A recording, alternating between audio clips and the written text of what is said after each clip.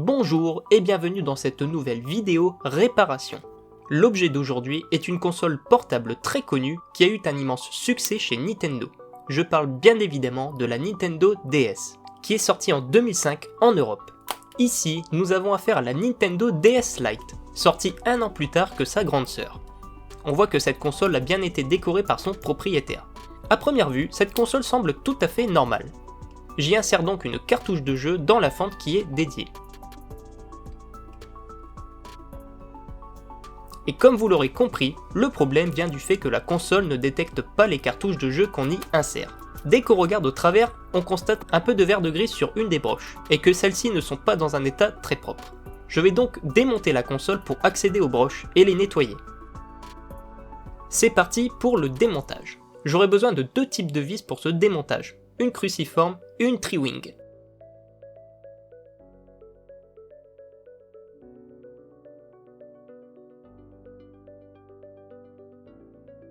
J'utilise mon fameux tapis aimanté pour y placer mes petites vis.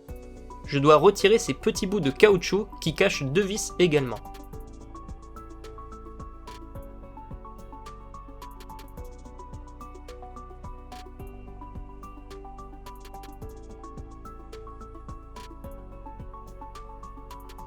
Ici se trouve l'emplacement de la batterie, où se trouvent aussi des vis à enlever.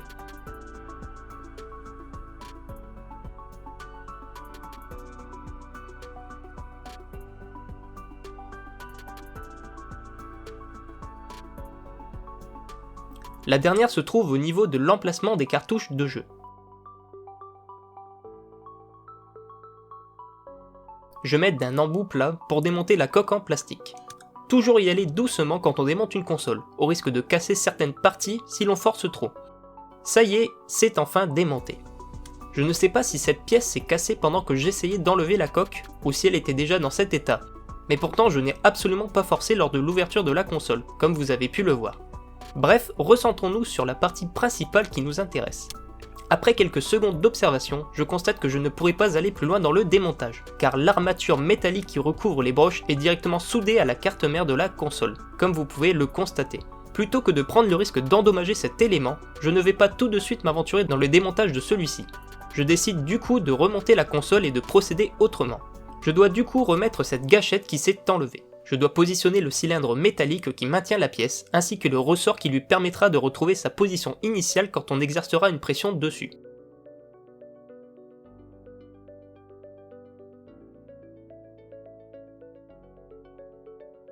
Après avoir cherché d'où provient la pièce que j'ai retrouvée cassée en démontant la console, celle-ci vient en fin de compte se placer au niveau du curseur qui règle le volume sonore. Par chance, la partie qui est cassée ne sera pas gênante lorsqu'on voudra la replacer, puisqu'elle sera plaquée contre la paroi de la console. Elle se place donc à ce niveau.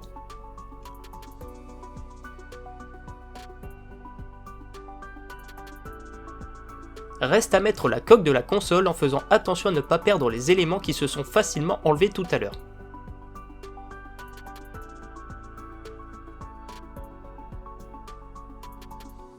Même pas besoin de forcer, ça rentre tout seul. Le curseur du volume fonctionne sans problème, malgré la pièce cassée et qui ne se voit absolument pas. Je vais faire une avance rapide du montage qui me prendra quelques minutes à tout revisser.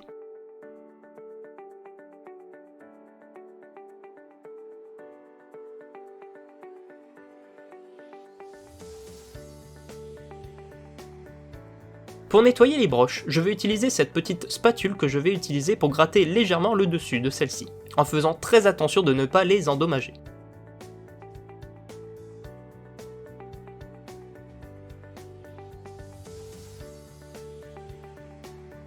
Et pour nettoyer les broches, je vais utiliser du nettoyant contact. C'est en regardant sur internet que j'ai découvert ce produit d'entretien, du coup je vais voir ce que ça donne. J'en mets directement sur la cartouche de jeu.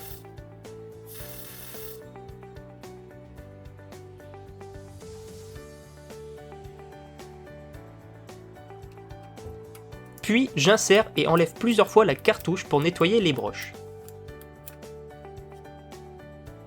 On va donc croiser les doigts pour que ce simple nettoyage ait résolu notre problème.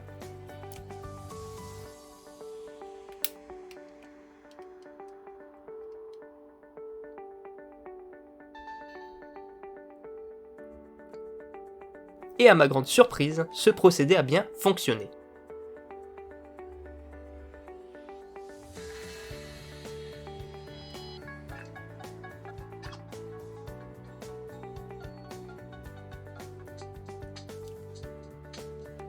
le jeu semble très bien fonctionner.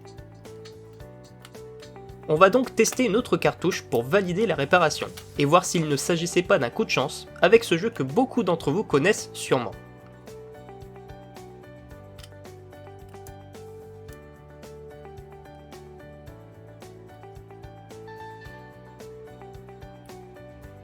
Bingo, la cartouche est reconnue.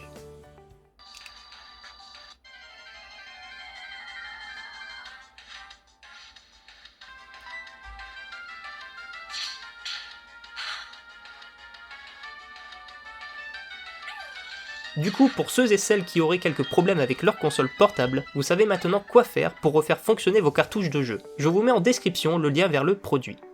Je vous donne donc rendez-vous dans un prochain épisode de réparation sur infiniment numérique et électronique.